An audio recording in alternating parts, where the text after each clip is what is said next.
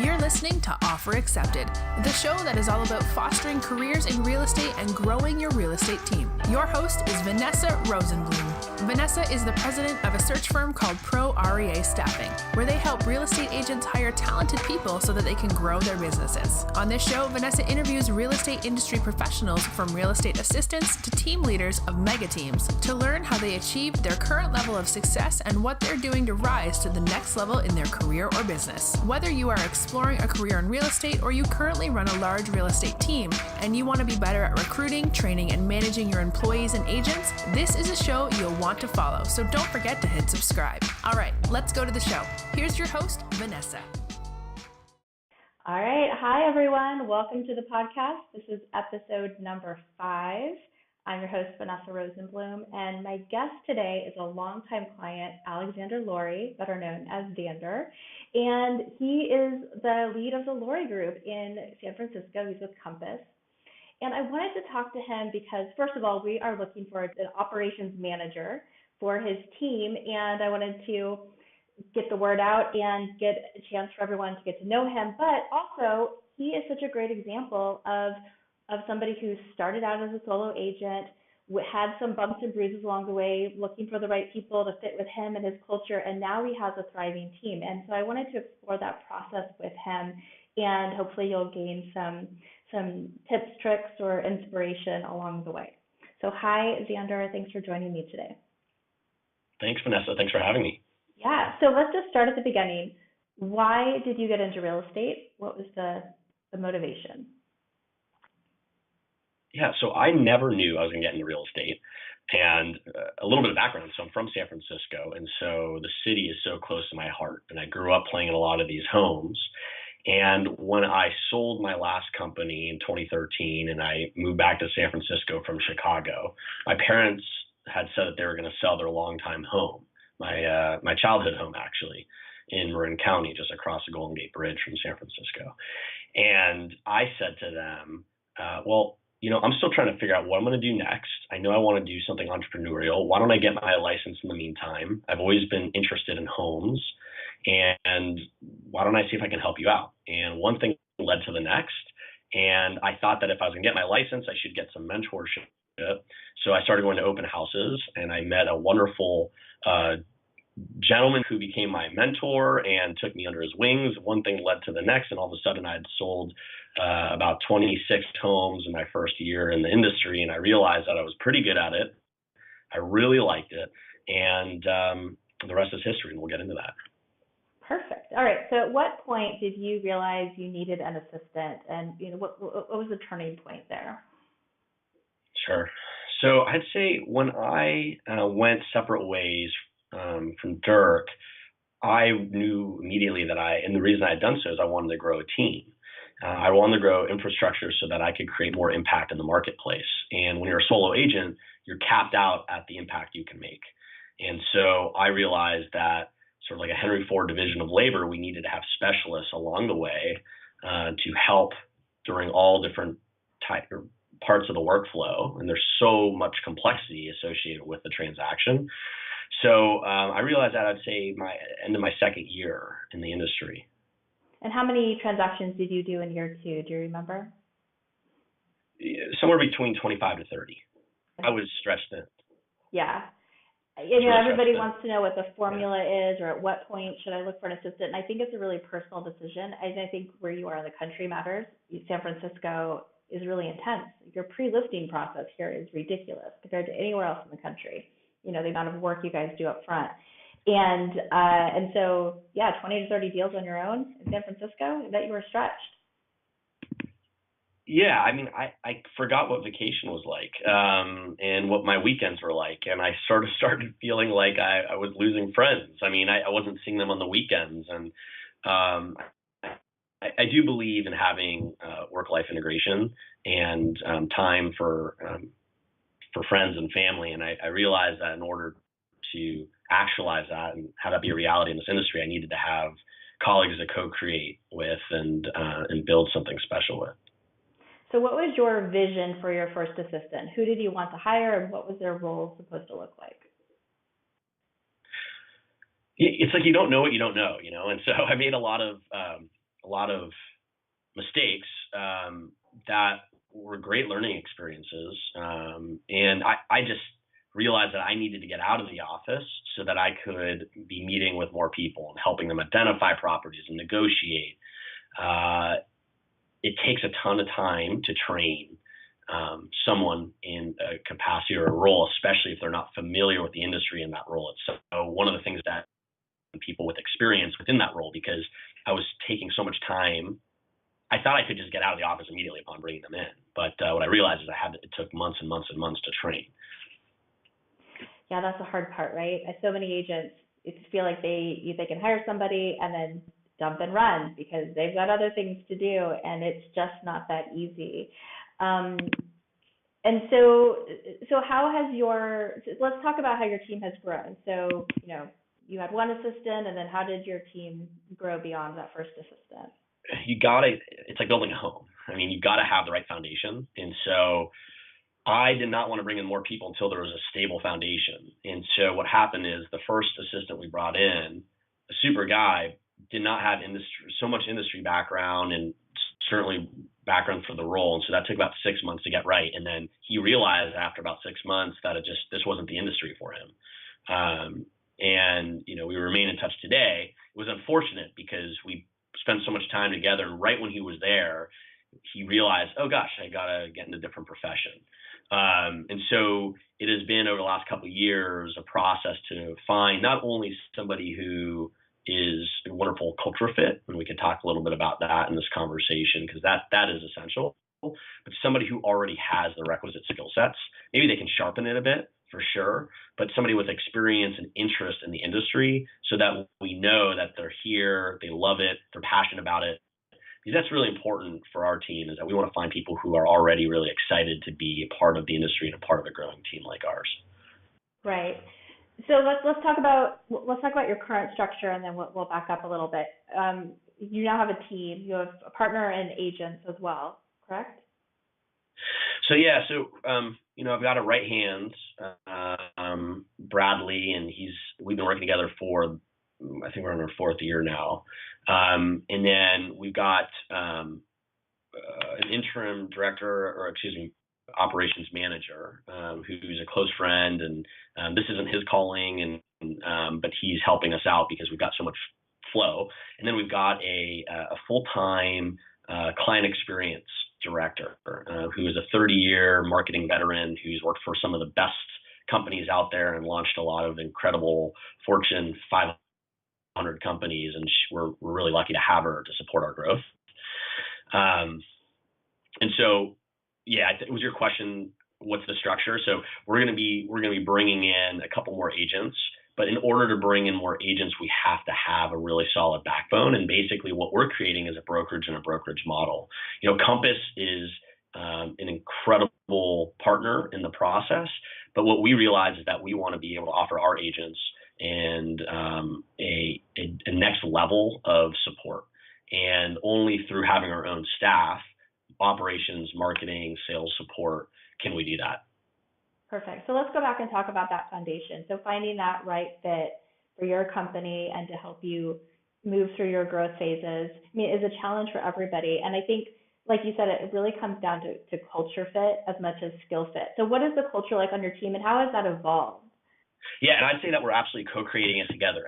We have sat down, every year we sit down and evaluate our standards doc and our vision and our purpose. So we've spent a lot of time, received a lot of leadership and coaching. I just came back from a week of receiving coaching, a leadership workshop in the middle of Colorado. And I like to share my learnings with the team, and the team shares learnings when they go to different events with fellow team members. And, I learn as much from the team as they from me. And so we have a culture of care, and that's definitely one of our values, consistent communications. But we really have like a 3 or 4 page sort of Bible, if you will, or Torah, depending on, whatever, Quran. But we have an evolving, fluid document that represents the culture that we are and the culture that we are aspiring to be. And I think you're right. I think culture actually is number one. I think there's a lot of skill set out there, But we are really looking for folks who resonate with our vision and can co-create along with us. Right. And I know from working with you that you are like 110% full force all the time. Like I remember one of our early conversations, Zander, when we first started working together years ago, you called me, I was on the East Coast, but you called me, it was like 6 a.m. and you're on your bike and we're having this very serious conversation as you're biking the hills of San Francisco. And I just remember walking away from that conversation, like so impressed. I'm like, man, this guy is dedicated. At 6 a.m., he's out on his bike, and we're having this like very deep. You could like focus and have a full blown conversation with me about your vision and what you're looking for. And I was like, man, that guy's intense. We got to find someone who can, could be all in with him because nothing else is going to work. So. Vanessa, you can't see the bottom half of my body. I'm on the Peloton right now. So. Oh yeah. I wouldn't be surprised, Zander. I wouldn't put it past you. And so I think that for you, like finding people who have enough intensity to want to be full force with you is important. And I would imagine the people who are successful with you now on your team bring that to the table. But I think you've also had to learn how to back off a little bit, right? We've talked over the years about some of that work-life balance stuff. How have you evolved on your expectations of your team's availability and like their work-life balance? Yeah, it's a great question, and definitely I've learned a ton. I still learn every day. So I think it all comes down to expectations and standards. Our number one focus is providing for incredible experiences in real estate, and that not only is for our clients, but that's also for our team members. Experiences that power people's lives. And so I think every time we're evaluating fit in team members, we work to understand that line with our own vision. And when it does, terrific. And when it doesn't, that's okay. And provided that we are fulfilling our core focus of creating incredible real estate experiences, I think it's important that people are able to have their own life and step away from work. And I think that's part of the allure of the team is that if somebody is with baby or a loved one or family or taking vacation, that there's coverage. And I realize that it's just not sustainable. I mean, when I look at solo agents, I mean, that's just one of the hardest jobs in the world because they're in the back office, the mid office, the front office. They have to be in 3 places at once. I mean, how do you work 3 open houses concurrently? How do you make 3 offers at once? How do you take vacation?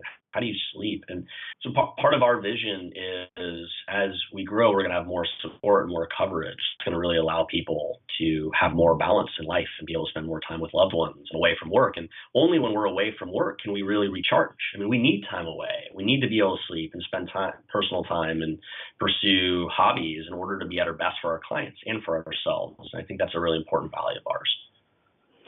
Let's talk about the evolution of having a real estate assistant and having that person move into this operations manager role.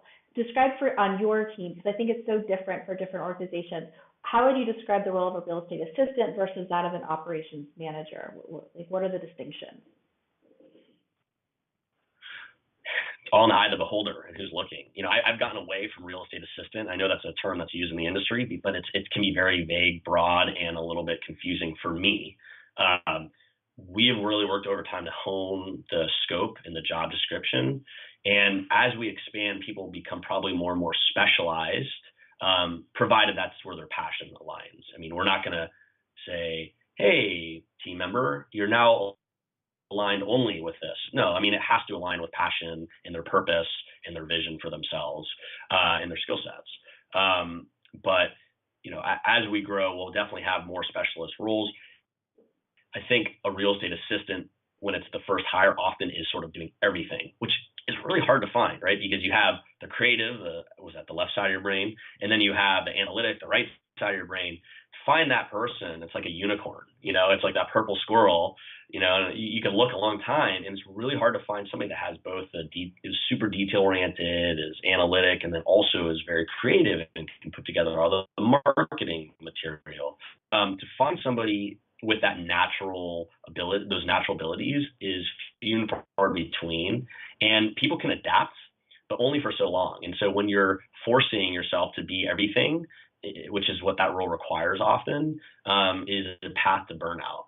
and a path to turnover. And that's something that I've seen and I've realized not only in my capacity as an agent and leading the team, but also in my previous organization where I had 45 team members that I brought on.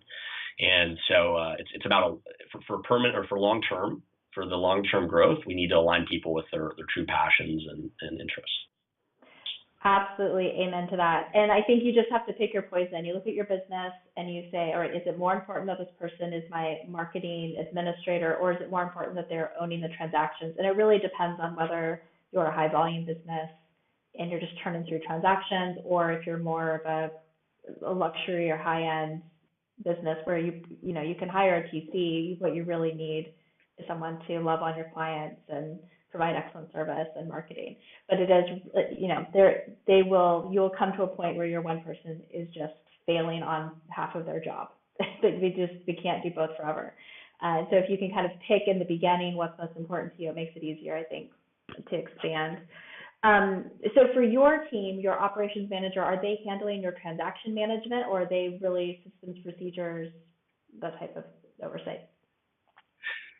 Yeah, thanks for the question. For the role, the way that we envision it is that they are handling contract to close as a central role.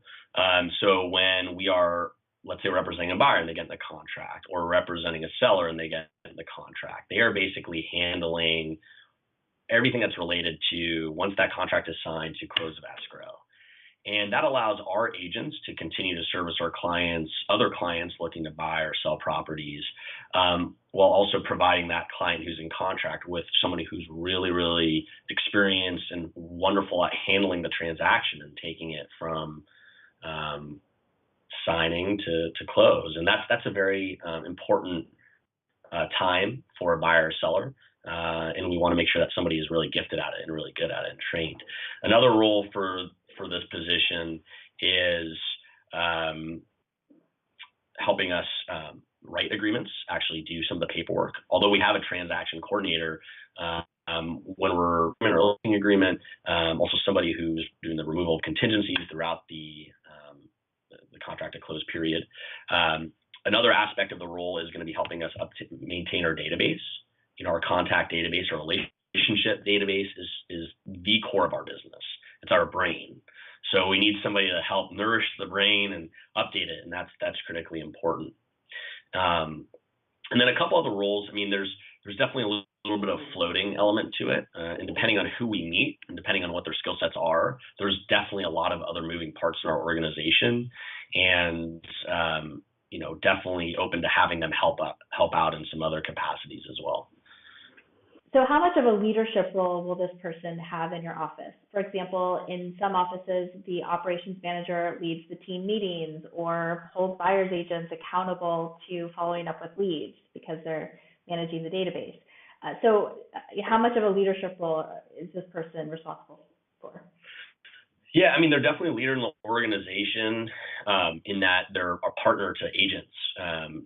They are referred to as our colleague and somebody that's going to help drive this home and actually get this deal from to close. So they have an important role. They are going to be helping. Some other aspects of the role that we envision is they're helping us create agenda, prepare for meetings, calendar events. Keeping us organized and on track. We do a lot of gifting, and so when there's something on the calendar to send out congratulatory flowers for somebody that just had a baby or a home anniversary, I mean, they're helping in part of that as well. And so they're an essential leader on the team. We're not some large organization that has 1,000 people. No, I mean, at most we're going to be 5 agents and 3 staff.